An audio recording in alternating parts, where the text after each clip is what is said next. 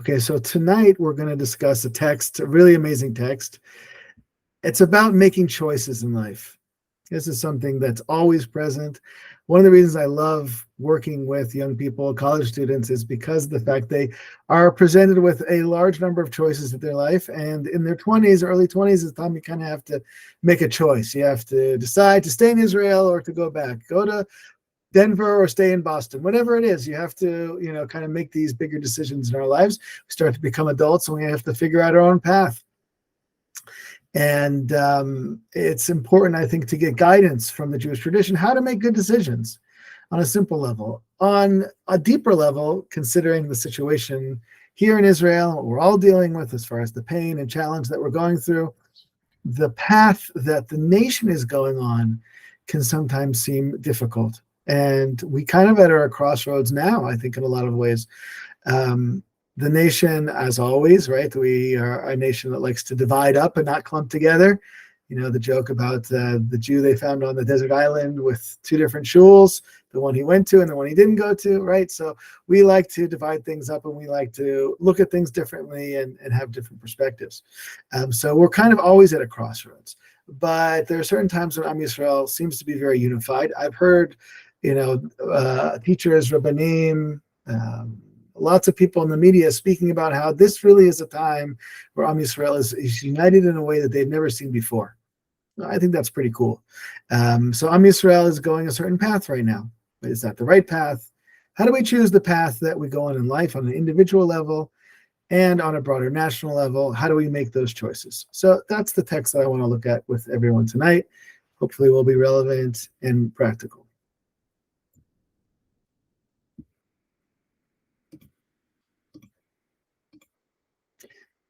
I love this story. It has a little bit of an Eastern flair to it. There's a young boy in the story. I imagine him as some Eastern-looking boy. You'll tell me afterwards. Okay, this is a Gemara in Eruvin. It says, what is the incident with a young boy? One time I was walking along the path and I saw a young boy sitting at the crossroads. And I said to him, on which path shall we walk in order to get to the city? He said to me, this path is short and long, and that path is long and short. In other words, sitting at a crossroads, the boy's kind of sitting right in the middle there, and right, the person is asking, which way do I go? So he says, well, that way is short and long, and this way is long and short. A little bit of a cryptic answer. So I walked, the text continues, I walked on the path that was short and long. When I approached the city, I found that gardens and orchards surrounded it. I went back and met the young boy again and said to him, my son, didn't you tell me that this way is short? He said to me, and didn't I tell you that this is also long? I love the reaction here. I kissed him on his head and said to him, happy are you, O Israel, for you are exceedingly wise from your old to your young. Okay, so that's the story. Basically, man's at a crossroads. There's a boy there, tells him you can go the short, long way or the long, short way. He goes the short, long way and ends up outside the city in a shorter way in the orchards and the gardens surrounding it. But apparently he wants to get into the city, right? That's what he asked. He said, on which path shall we walk in order to get to the city? He wants in the city, not around it. And so the short, long way was not the right way. He couldn't get into the city. So he came back and he said, wait a second, I thought that was the short way. He said, no, that was the short, long way. I told you that it was short but long. So in that way, the sage kissed him on the head and was grateful for the wisdom that this child had told him. Okay, so we have two paths, the short, long path and the long, short path. I know it sounds a little confusing, but we will get it sorted out. Now, there's three different Perushim, three different commentaries that I brought here. But here are the questions that we want to think about as we go through the text and kind of peel the layers back. Number one, why did the boy not simply explain there are two paths, the short path and the long path? Why did he get all cryptic and Eastern? It's like he's sitting like a Buddha at the crossroads, the short, long path, the long, short path. Why is he using that language as opposed to the short path or the long path? Something to keep in mind. Number two, What do you think the lesson of the story is? Is there such a thing as a shortcut in life, or must we always take the long path? Okay. Now, the text that we have here, 3 different explanations of the text, are going to try to answer those questions, as well as try to understand the symbolic meanings of the path. We have the short, long path, the long, short path, but we also have the garden. Just to go back for a second, just to point out all of the images here that we should try to peel back, as many as possible. We have the 2 paths, but we also have the city, and we also have the gardens and the orchards surrounding it. Okay, so which is like a wall kind of surrounding it, the impenetrable wall. So those are all different symbols we're going to want to peel back to try to understand what the deeper meaning is here and what the text is really trying to articulate. All right, here we go. The first text we're going to see, this is some different text than we've all seen before. This is the Toldot Yaakov Yosef, which is Rav Yaakov Yosef Katz, Polina, and he, or from Polna, excuse me, he is one of the main students of the Baal Shem Tov. He's not the one who continued after the Baal Shem Tov, but he's the one that really records a lot of the Baal Shem Tov's teachings. So we don't have a book that the Baal Shem Tov wrote, and so therefore we have a lot of the ideas from the Baal Shem Tov from the Toldot Yaakov Yosef. So he explains our piece of Gemara here, and he tries to peel back the layers for us. Let's see what he says. Initially, he started walking on the short, long path because the worldly physical desires are immediately visible to the eye. But concerning the world to come, this is not the case, since it cannot be seen by our eyes. This is how, even in the Garden of Eden, that should be Eve. Make that change. Sorry about that. This is how Eve in the Garden of Eden was seduced, as it says, her eyes desired it. She saw this beautiful piece of fruit, and her eyes wanted it, right? The first thing that had this desire for something that was not appropriate for her was the eyes. Okay, so first point the Toldot Yaakov Yosef makes is about the path. And he says the short path is connected to physical desires. The shortcut. I want to get there quick. I want to get there as fast as possible. I want to fill up my stomach or whatever it is. I want to achieve my goal. Taking a shortcut. But the world to come, that's not the case because it can't be seen by our eyes. So the world to come would be the long, short path, the path that takes longer to get there. The short, long path we would call something like immediate gratification. And that's not going to lead us to actually to where we want to go. In the moment, right, whatever I'm really longing for, that ice cream or whatever I'm desiring in the moment, it's going to be good.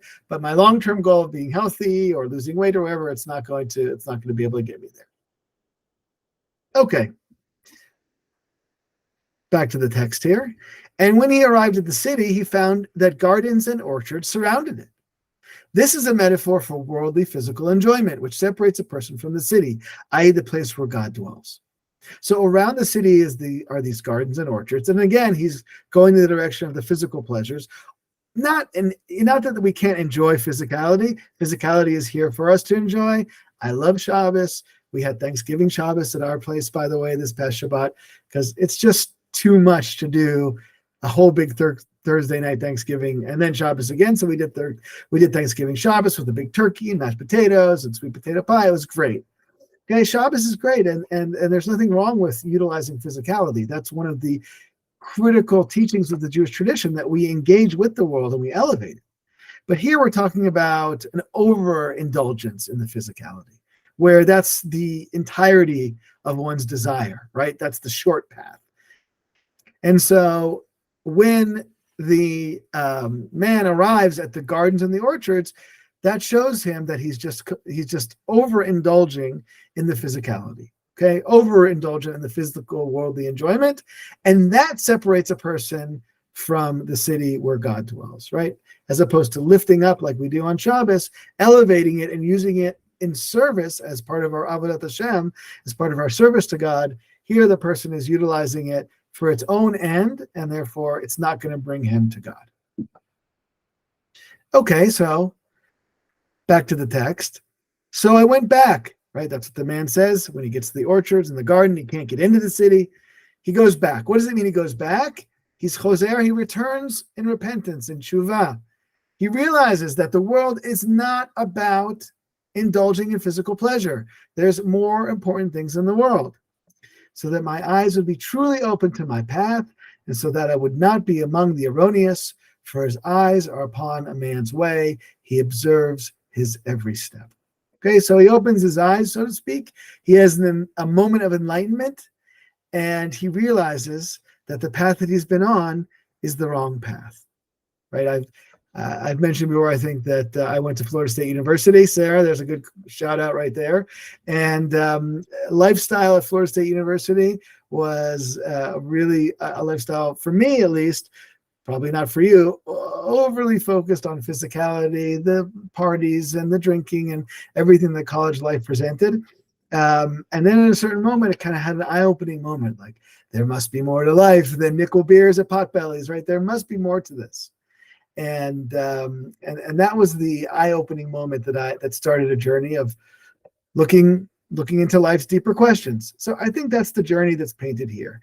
The short, long road is the road that brings one towards physical enjoyment, but as the goal and the end in itself, and then the awakening towards the deeper meaning of life, connecting to God, finding values in our life, which is the longer path.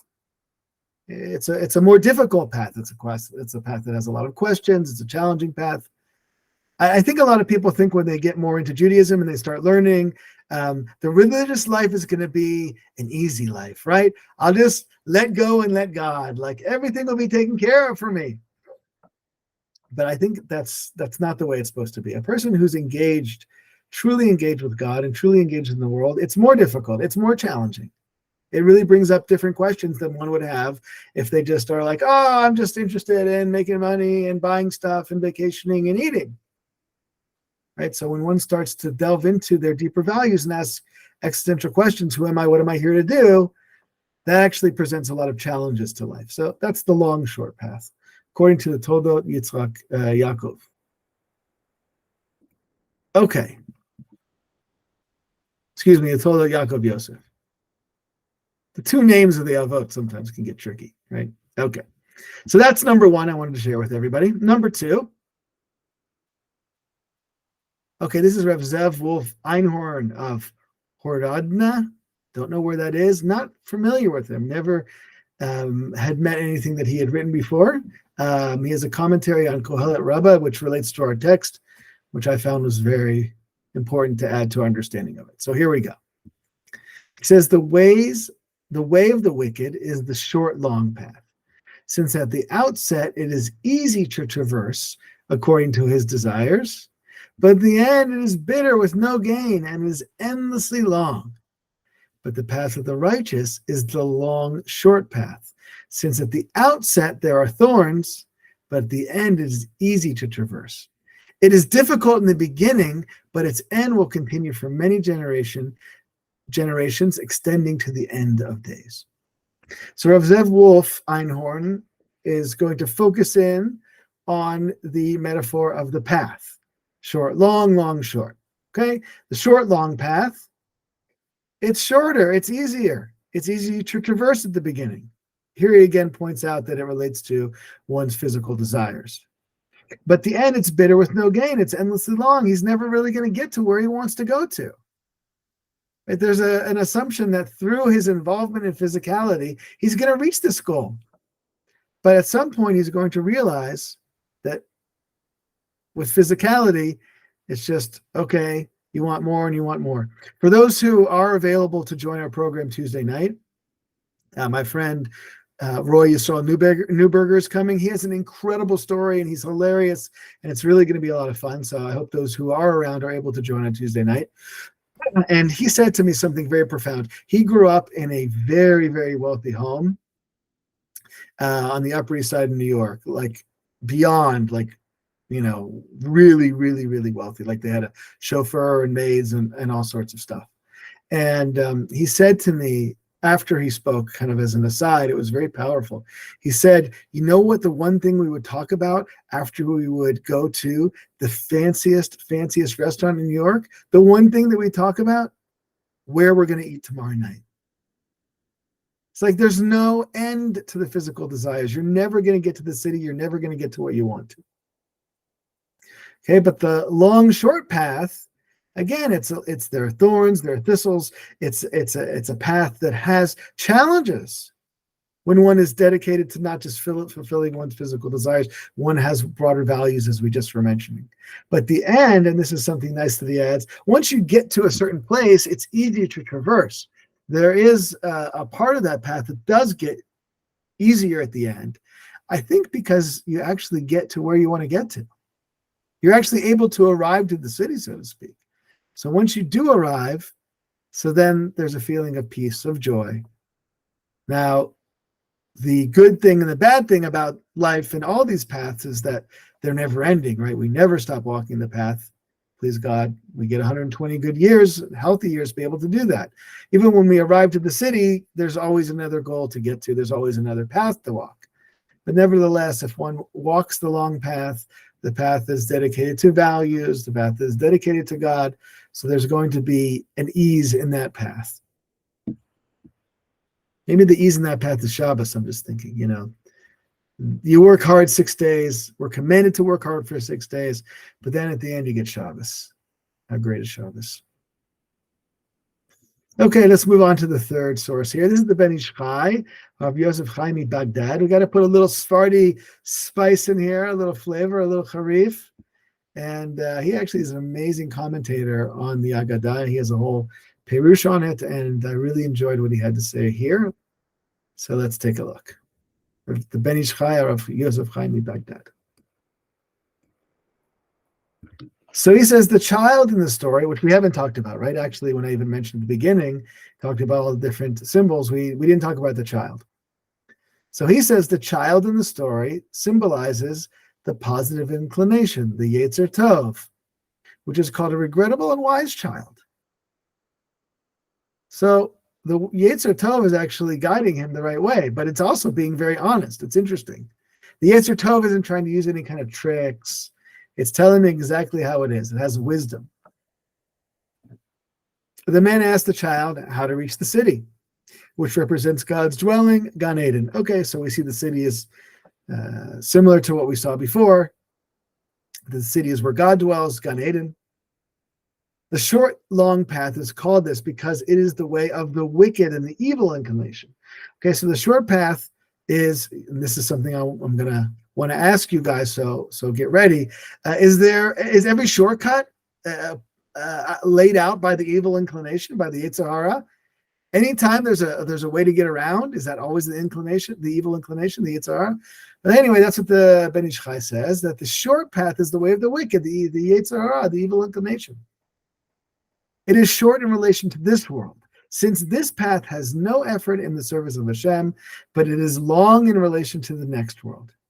This is because even in his death will not bring him to the place he desires in Gan Eden. He will need to complete many reincarnations and be judged in Gehenna for many years until he's finally fitting to enter the city. Now, this is an interesting kind of piece to add here. Why is the short, long path called the short, long path? Because it's short, because it seems like a shortcut, but it's really the Yetzer Hara, it's really the evil inclination, and it's long because it's really, you're not going to get to where you go to. You're going to end your life without reaching your goal, and then you're going to have to be reincarnated and come back, have to do it all over again. It's like playing restart in the game after you got really far. So you're not going to get to the next world. You're going to be unable to reach that. You're going to have to go back and start at the very beginning again. Okay, that's an interesting wrinkle that he adds there. This is maybe requires at a certain point a whole follow-up discussion about next world, Gehenna, reincarnation. I know I really opened up the can of worms here, but okay, happy to do it. Just to continue in the text here. But the way of the righteous, those who toil in Torah and mitzvot and good deeds in this world, is the long, short path. It is long in this world during, should be due. Change it on the fly here. do. Sorry. It is long in this world due to all the physical effort one must exert. But from the aspect of the next world, it is short, since after he dies, he will immediately enter God's city and be surrounded in the light of life. So why is it called the long, short road? Because Torah and mitzvot, similar to what I was mentioning before, is not the easy way out, right? Unfortunately, we have a neighbor that passed away. I've been going back and forth to the Shiva house. Then I have to, right, keep in mind that I have to wake up in the morning and put on tefillin, and I can't sleep too late because it's, Zman Kriyat Shema, and I have to do chesed, and I have to, right, give tzedakah. And, it's like a lot to keep in our head. From the moment I wake up, Modeh Ani, to the moment I go to bed, Kriyat Shema al Mitah, there's like a lot to keep in mind. It's certainly easier to not have to worry about all those mitzvot just in general. And then when I'm presented with a difficult situation, to kind of figure out what the right thing to do about it, and is this aligned with the Torah or not, that's a whole nother thing, right? So it's a long path. It really extends. There's more effort and energy that one must exert if one's taking the long path, the spiritual path, the path of Torah and mitzvot. However, there's good news, because at the end, the next world, he kind of like just is right there into the next world. The Gemara gives a beautiful image of a righteous person when they move out they leave this world and go to the next world. It's like a hair being pulled out from a glass of milk. Okay, that also those are images we'd have to describe further, but just even that image of pulling a hair from a glass of milk as being the soul from the body, right? There's almost no resistance there. And so that's the journey of someone who exerted themselves to the long road, but at the end, they get the short path. Now, just to add the point of our national journey, and I don't want to get political here, but I think it is important to point out that sometimes the decisions that we make as a nation, sometimes we want to take the shortcut. Sometimes it's hard to face the reality. There's a lot of cans that have been kicked down the road as far as the peace process and living with Palestinians and Hamas and all these questions. And it seems like everything has just kind of exploded in front of us. And I think a lot of that is due to kind of taking the short path and not relating to these things. So I'm adding a piece on the national level, but I think it's important on a personal level as well, because the short path can also be sweeping under the rug. I have a problem in my life, but I'm going to procrastinate. I want to push it under the rug, or I'll wait till tomorrow. And it's easy to do that. Sometimes easier than looking the problem in the face. But what seems like a short path eventually will become a long path. It seems like Am Yisrael is in the middle of a very long and difficult path right now. Should be good. It should be good for each and every one of us as we make our decisions, as we choose, please God, the long, short path, because it takes us to where we want to go, and avoid the short, long path. And that we should have friends and loved ones who help us to be able to make these decisions. And that we should be able to always choose the path that brings us to the city of Hashem.